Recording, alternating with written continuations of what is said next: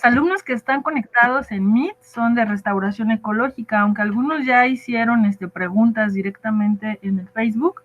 Les pido que se vayan conectando para hacer ellos mismos sus preguntas. Las preguntas que están en Facebook las voy a leer, ya las anoté. Y bueno, quiero comentar un poco lo que dije al principio, porque no quedó grabado para la grabación del Meet, es que este evento, el del próximo martes y el del 8 de diciembre, son eventos que están hechos en el marco de los 25 años de la creación del Centro de Investigación en Biodiversidad y Conservación, y que estamos aprovechando unos seminarios que teníamos programados para la materia de restauración ecológica y que en este momento suplen las salidas de campo, ¿no? Que los alumnos no se queden sin la experiencia de conocer proyectos activos con las problemáticas que tienen. Entonces, además de este evento, los invitamos al 1 de diciembre, que es sobre plantaciones sintéticas, y el 8 de diciembre, que haremos un recorrido histórico y una reflexión sobre la importancia de los centros de investigación. De las preguntas que tenemos, bueno, me gusta mucho tu presentación porque, como dije en un inicio, es un proyecto que presenta distintas problemáticas agrupadas en una sola área, y una gran pregunta, ¿no?, para la restauración ecológica: ¿hacia dónde deberíamos de restaurar Xochimilco si es un ambiente ya transformado, ¿no? Entonces siempre podríamos hacernos esa pregunta para cualquier zona de restauración: si queremos lo que era originalmente, o nosotros como parte del ecosistema pues lo transformamos y ahora necesitamos pues nuevas formas, ¿no? O a lo mejor intermedias. Entonces Xochimilco es el mejor ejemplo, ¿no? Y dependemos de este recurso, de todos los recursos naturales dependemos, pero en este caso es muy claro, ¿no? Lo poquito que se pueda hacer va a tener consecuencias inmediatas, beneficios o daños de manera inmediata. Entonces, eso también es interesante porque la gente puede participar y rápidamente ver que acciones que se han hecho van a modificar la calidad del sitio para plantas, animales y seres humanos. Entonces vamos a dar lugar a los comentarios y preguntas. Si quieren, la primera pregunta de los alumnos de restauración ecológica es de Misaday, y le pediría que si puede conectar su micrófono y su cámara y hacer ella su pregunta, mientras busco los otros comentarios de los que están directo en Facebook. Gracias.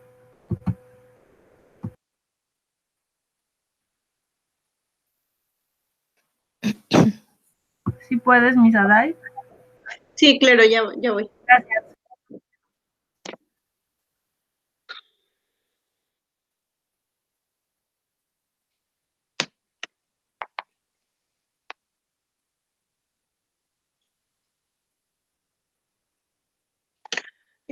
Muy bien, buen día, doctora. Mi pregunta es la siguiente: ¿cómo se ven afectados los procesos de restauración por las comunidades que están cercanas? Y si estas afectaciones tienen como que una relación que va directamente o es indirecta. Ajá, ok. Bueno, sí, efectivamente, pues toda la zona urbana, como ustedes vieron ya, toda el área natural protegida, el polígono, incluso pues la zona de conservación, que el 59% del área de la alcaldía de Xochimilco es zona de conservación, ¿no?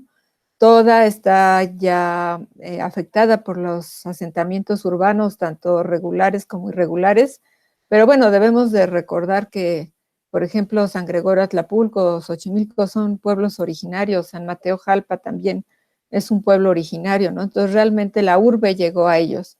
Y el problema es que se ha ido, esta urbanización se ha realizado de manera muy desordenada, sin atender la normatividad, y pues actualmente ya las autoridades se ven rebasadas en la de la alcaldía de Xochimilco para poder pues proporcionar todos los servicios, sobre todo de agua potable y de saneamiento, que son tan importantes.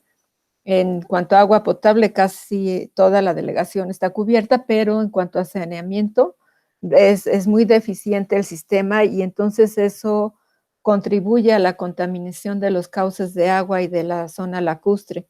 de manera directa.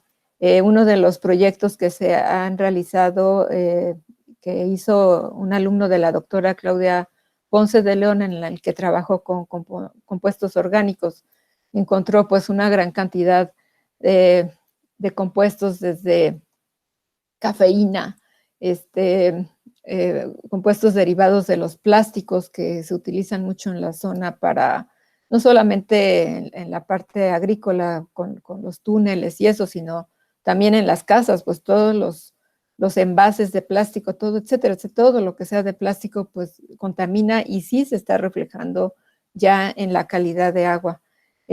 También, pues obviamente plaguicidas es algo que se utiliza mucho en la zona todavía, pero pues la zona urbana sí tiene una afectación directa.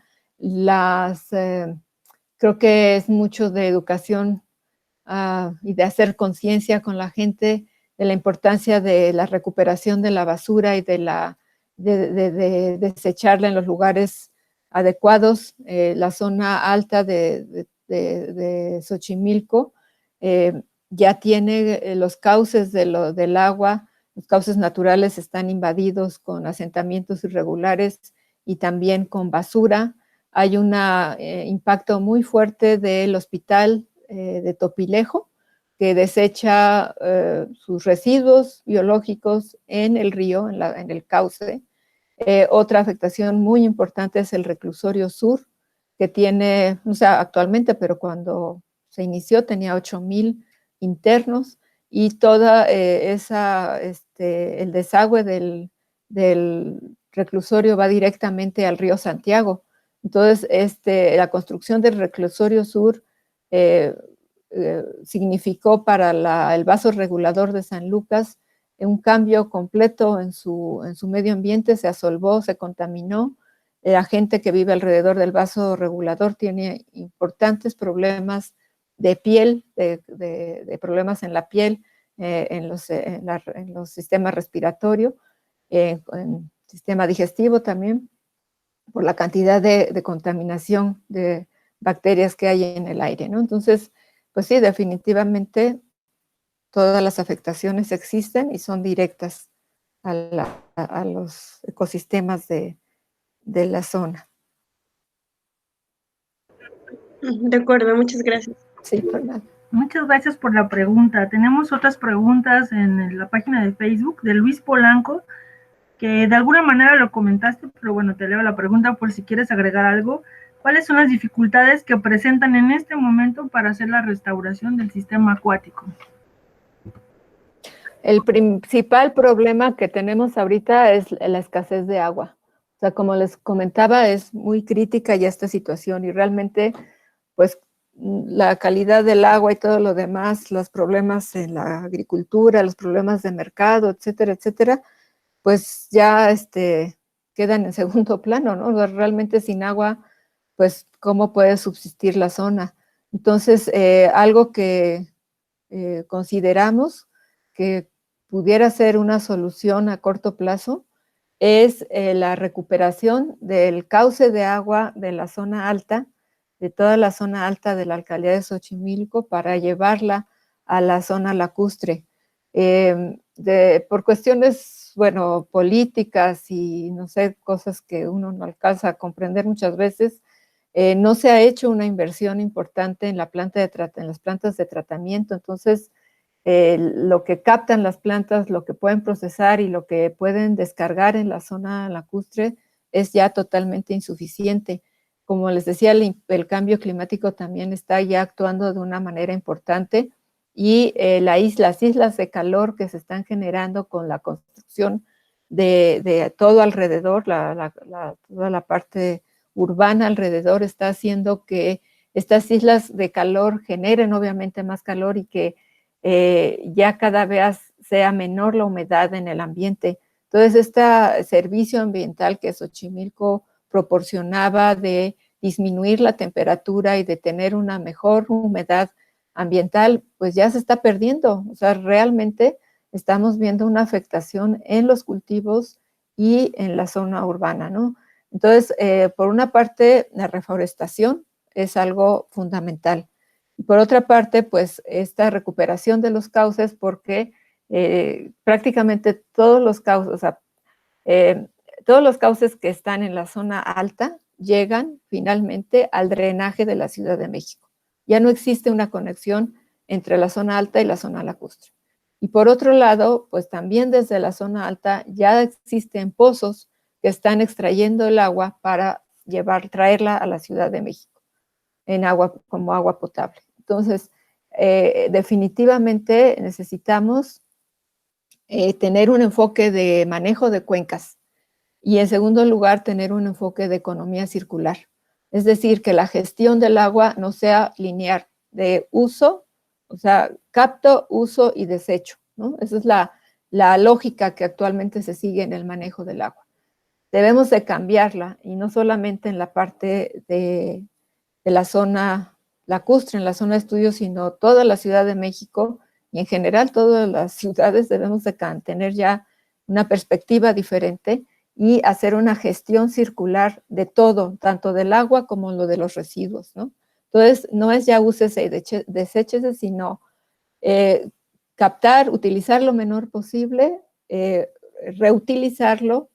En el caso de los residuos sólidos, repararlo, no entrar en consumismos, y en el caso del agua, pues limpiarla y volverla a utilizar, ¿no? Entonces, creo que de la manera en que actualmente funciona el sistema lacustre, pues ha sido a fuerzas, ¿no? Lo han llevado a ser totalmente sustentable porque no depende o no utiliza más agua que la que le llega por la planta de tratamiento y en la época de lluvias. Eso es lo que utiliza y es lo que con eso los productores pueden producir tantos alimentos y podrían producir más y podríamos generar también una economía solidaria en toda la Ciudad de México, ¿no? Entonces, pues creo que básicamente es eso, ¿no? Enfoque de cuencas y economía circular. Y obviamente es un trabajo de todos, no nada más del gobierno. Muchas gracias. Mientras hago un comentario y una pregunta, le pido a Sandra Avilés que prepare su pregunta, que ya la vi en Facebook, pero para que ella misma la diga. Eduardo Avilés hace una reflexión y comenta que es muy importante este tipo de presentaciones porque nos indican cuáles son los daños al ecosistema por la contaminación que generamos. A veces no reflexionamos hacia dónde van nuestros residuos o qué pasa con nuestra basura y damos por hecho que el recolector o que el drenaje está cumpliendo su función, ¿no? Y tienes razón en el aspecto de que pues hay que hacer la reflexión nosotros, ¿no? No solo es si se lleva el de la basura mis residuos o si supongo que mi drenaje es el correcto, ya con eso es suficiente, ¿no? La reflexión es ahora a realmente disminuir de manera importante nuestra producción de residuos y así no estamos dependiendo de que los demás hagan la parte que se espera. Nosotros podríamos ser una parte importante de la solución. Te agradecemos ese comentario. Estefanía hizo una pregunta, pero ya no está conectada y es que a lo mejor pues todos estamos ahora con clases virtuales. La ventaja es que ahora quedan las presentaciones grabadas, y podemos retomarlas o verlas con calma o anotar alguna información que nos pueda ser útil. Pero Estefanía preguntaba es qué están haciendo con las especies invasoras, no dijo si de plantas o de animales, ¿no? Porque tú como trabajas con la parte acuática también presentaste el daño que hacen las especies invasoras de peces y que han sido parte de los proyectos promocionados o impulsados por el gobierno. Entonces simplemente la pregunta era qué hacer con las especies invasoras, aunque Estefanía, que está haciendo su tesis de maestría en Sierra de Montenegro, pues trabaja con plantas, ¿no? Pero esta parte de las especies invasoras está muy delicada. Después de que nos puedas contestar esta pregunta, Sandra puede hacer su pregunta. Gracias. Ok. Sí, claro. Bueno, pues brevemente el problema con las especies invasoras en el caso de los peces es que las condiciones justamente que se están derivando también del cambio climático, pues es el aumento de temperatura y eso favorece la reproducción de estas especies y el crecimiento de sus poblaciones. Lo que se ha hecho, ya hace algunos años, hubo un programa de pesca intensiva de tilapia y de carpa, en el que participaron pescadores de Xochimilco, y me tocó participar. Yo estaba trabajando en ese momento en el Instituto de Biología. Me tocó participar en este programa, y pues ellos, los pescadores, desarrollaron una red que podía, calcetín le llamaban, y diariamente sacaban 2 toneladas de peces, ¿no? Entonces esos peces se vendían a una fábrica de alimento balanceado para animales, donde los convertían en harina y los podían utilizar. Obviamente este programa estaba subsidiado por la alcaldía de Xochimilco. Desafortunadamente, por los tiempos propios de las cuestiones burocráticas del dinero, pues operaba 6 meses, y los otros 6 meses se tardaba en volver a tramitar el presupuesto, y entonces en esos 6 meses volvía a crecer la población de peces. Pero sí se logró identificar que en las zonas donde había una pesca más intensiva, el tamaño de las tilapias fue creciendo, y eso ayuda a que la tasa de reproducción sea menor, porque las tilapias se reproducen, cuando la población es muy grande, se reproducen en tallas pequeñas. Entonces, al estar capturando estas tallas pequeñas, se permite el crecimiento de tallas grandes, que por un lado sirven para la economía, para la venta al mercado, y por otro lado, pues ayudan a que no crezca tanto la reproducción. Otra cosa que no se ha hecho, pero que pudiera ser útil, es identificar las zonas de anidación de la tilapia y la carpa, para directamente retirar todos los huevecillos que ponen, ¿no? Eso es algo que se puede hacer. En Estados Unidos pues han sido más radicales, han hecho experimentos con lagos completos en donde matan todas las especies y comienzan de cero. Bueno, son otros enfoques y otro presupuesto, ¿no? El que tienen, entonces, o tenían. Pero bueno, eso es lo que se ha hecho en Xochimilco. Nosotros como asociación no hemos entrado en el tema, pero creo que sí es algo que sí se debe de atacar también. Es algo que necesita atención importante. Muchas gracias. Si puede Sandra hacer su pregunta, por favor. Sí, buenos días. A mí me gustó también mucho su presentación, se me hizo muy interesante. Gracias. Y mi pregunta es... Si puedes activar tu cámara, si te es posible. Gracias. Es que no sirve. Sí, está bien, gracias. Sí. Y es que si hay un efecto en la restauración, el que las especies sombrilla empiecen a desaparecer. Uh-huh. Sí, claro, por supuesto. Sí, bueno, para que una especie sombrilla desaparezca, necesita haber desaparecido toda su cadena, ¿no? Alimenticia. Y eso es justamente lo que pasó en Xochimilco. Cuando las cadenas alimenticias son muy cortas, como en este caso, ya la vulnerabilidad de la especie es muy, muy grande. Para el ajolote, por ejemplo, tenemos una cadena como de 3 o 4 organismos. Lo que vimos es que el primer eslabón, o el segundo eslabón, pero el primero que se pudo identificar es el de zooplancton y anfípodos, macroinvertebrados, comienza en los bulbos del lirio acuático, que es considerada maleza y que por lo tanto se erradica, ¿no? Pero muchos de los alimentos para las primeras etapas del ajolote pues se encuentran ahí. Y después de del zooplancton y macroinvertebrados siguen ya, realmente solo había peces godeidos, que es una especie de pez pequeño, también que puede ser factible de ser alimento para el ajolote. Había charal, ahorita ya me parece que ya ha disminuido también la población de charal. El acosil también ha disminuido.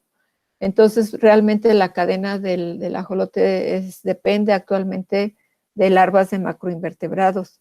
Y eso es muy, muy triste, sobre todo en la zona de San Gregorio así sucede. Ahí la ventaja es que las condiciones físicas son más favorables para el ajolote, pero en cuestión de alimentación es muy pobre y eso hace que pues también la calidad o la salud del ajolote se ve afectada, ¿no? Entonces sí, si desaparece una especie sombrilla, prácticamente quiere decir que desapareció todo lo que había debajo de ella. Muchas gracias. Sí. Tengo un comentario y una pregunta y después le pido a Mariana que prepare su pregunta. Guillermo Vega te manda saludos desde Santiago Miahuatlán, Puebla. Y Alan Rivera dice que qué podemos hacer para evitar el contagio entre especies. No indica el contagio de qué. ¿Qué podemos hacer en dado caso de que pueda haber un contagio en las especies? Ahora sí me ¿a qué se referirá? Bueno, en términos de contagio, podríamos hablar de la quitridiomicosis, ¿no? Que es un virus que está presente en los anfibios y que en la Centroamérica y Sudamérica ha causado muchos estragos, sobre todo en ranas. En el caso del ajolote, aparentemente no hay, o sea, sí está presente, pero no tiene un efecto tan drástico como en otros anfibios, pero pues ha sido poco lo que se ha estudiado al respecto, ¿no? Entonces, no sé si quiere hacernos la pregunta un poco más específica de a qué contagio se refiere. Muchas gracias. Mariana, sí. ¿Nos puedes hacer tu pregunta, por favor? Y se preparan. ¿Quién dije? Andrea. Gracias. Claro, hola, buenos días. Buenos días. Tardes ya. Bueno, antes que nada quiero comentarle que me gustó mucho su presentación, me pareció muy interesante y me gustó que justamente incorpora los 3 pilares de la sustentabilidad muy bien, muy adecuadamente. Entonces, pues me pareció muy, muy interesante. Tengo 2 preguntas, en realidad se relacionan mucho entre sí. La primera es, ¿cuál es el futuro de la región de las Chinampas en términos ecológicos y sociales? Y la segunda es que dentro de cuánto tiempo se estima que la zona se quedaría sin agua, y hacia dónde se desplazaría a los ajolotes que pues habitan esta zona. Esto porque comentó que cada año disminuye el nivel del agua por unos 20 centímetros. Entonces, bueno, a mí me parece mucho. Gracias. Bueno, sí, gracias, Mariana. En realidad no disminuye el nivel del agua, sino que se hunde, toda la zona se hunde el suelo 20 centímetros al año. Pero sí, efectivamente, la escasez de agua es crítica, ¿no? Bueno, pues sí, o sea, creo que en este punto tenemos, justamente he estado revisando esta parte de vulnerabilidad de la zona. Tenemos el factor, pues, del agua, tenemos el otro factor de asentamientos humanos, y la parte de vulnerabilidad física que se refiere a las fracturas que existen, sobre todo con el temblor del 2017, pues se apreció muy claramente la fractura que pasa por las Chinampas y por San Gregorio Atlapulco. Entonces, la vulnerabilidad social y física de las Chinampas es muy alta. Obviamente, incluso ahorita con esta situación de pandemia, pues hay productores que han tenido que abandonar el cultivo por seguridad propia y porque ya hay población. Pues sí, la población de productores la más alta está entre 45 y 60 años, más o menos. La población de jóvenes es también entre los 12 y 17 años, pero pues desafortunadamente, justamente por todos los problemas que existen no continúa, ¿no? Con esto de la agricultura en las chinampas. Entonces, pues es importante que sí se le dé la atención que requiere para solucionar el problema del agua. Creo que a partir de que se pueda solucionar este problema, podríamos ya hablar de un futuro más promisorio y de más largo plazo para las chinampas. De otra manera, pues desafortunadamente creo que pues el futuro ya está muy crítico, muy difícil para las chinampas. Ok. Y, perdón, ¿puedo hacer una pequeña pregunta relacionada con esto? ¿Qué tan viable sería bueno, como el lado optimista de todo esto? Sí, pues el lado optimista justamente es que todos podemos contribuir, ¿no? Creo que algo muy importante en la Ciudad de México es que nos demos cuenta de que el ahorro del agua ayuda a toda esta zona, ¿no? Es muy importante. Y por otro lado, ¿por qué? ¿Por qué le digo esto? Porque el 66% del agua que utilizamos viene de Xochimilco. Entonces, cuando nos dicen que nos van a quitar agua por el sistema Cutzamala, pues estamos hablando del 30% nada más, pero el resto viene de Xochimilco. Entonces, todos los ahorros que podamos hacer en términos de agua es bueno para ellos. Y por otro lado, pues definitivamente tenemos que entrar en políticas públicas, ¿no? Entrar a ser más activos de una buena manera, siendo propositivos y en términos de apoyo al gobierno, porque creo que, por ejemplo, es importante trabajar mucho con las comunidades de la zona en cuestiones de educación ambiental. Por ejemplo, hablamos del cambio climático y ellos lo viven, pero pues, ¿qué pueden hacer, no? O sea, creo que es importante darles opciones muy concretas, muy directas, educación y hacer programas efectivos de recolección de basura para recuperar los cauces de agua y que se pueda permitir que se mejore la calidad del agua y que pueda llegar esta agua a la zona lacustre. Este enfoque se hizo en la zona de Washington, que también tenían problemas muy graves de agua y se habían propuesto pues un presupuesto millonario para hacer plantas de tratamiento, pero al final decidieron recuperar la zona alta, reforestarla y destinar todo el recurso a la reforestación y a la restauración de las zonas altas de las montañas que rodean al lugar y con eso pudieron recuperar los sistemas y el agua de la que dependen. Entonces, creo que sí es ya súper importante tener una mayor y mejor pues educación, ¿no? También en términos de nosotros como biólogos, entrarle más al tema de enfoque de cuencas para poder trabajarlo junto con las comunidades.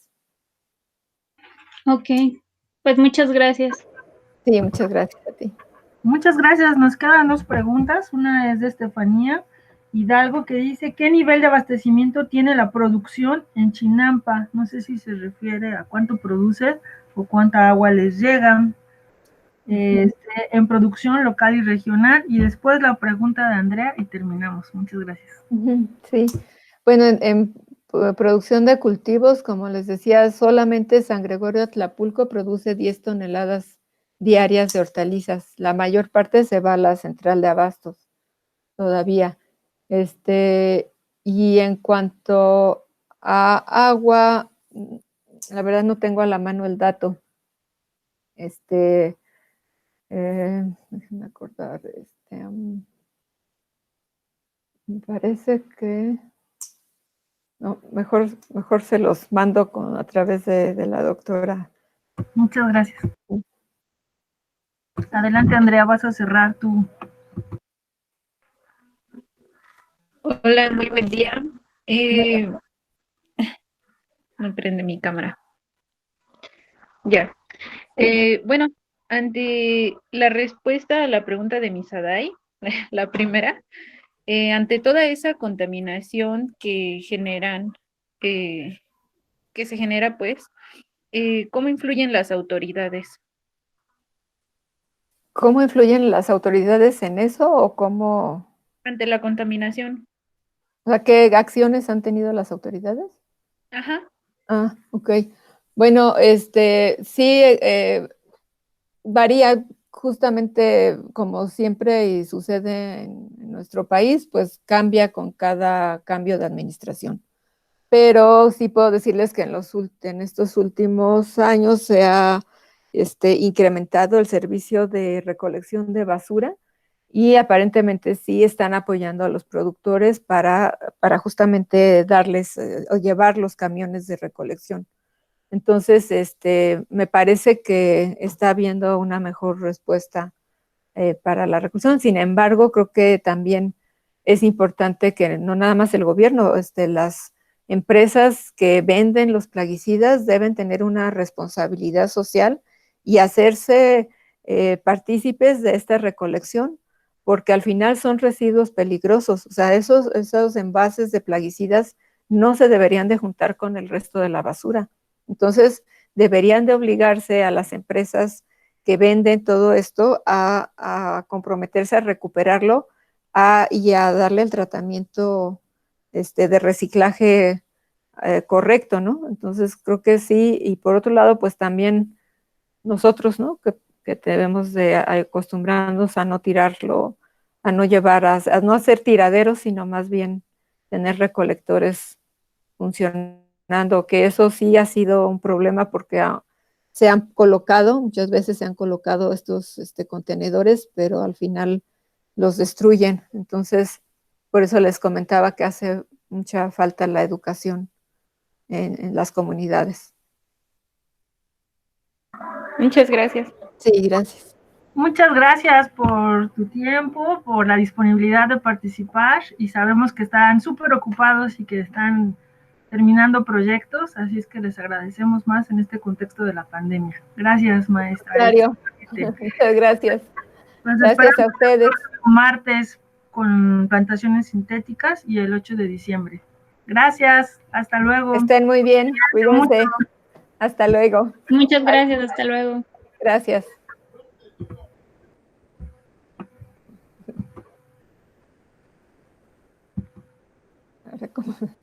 Ya está. Gracias. Hasta luego. Besitos.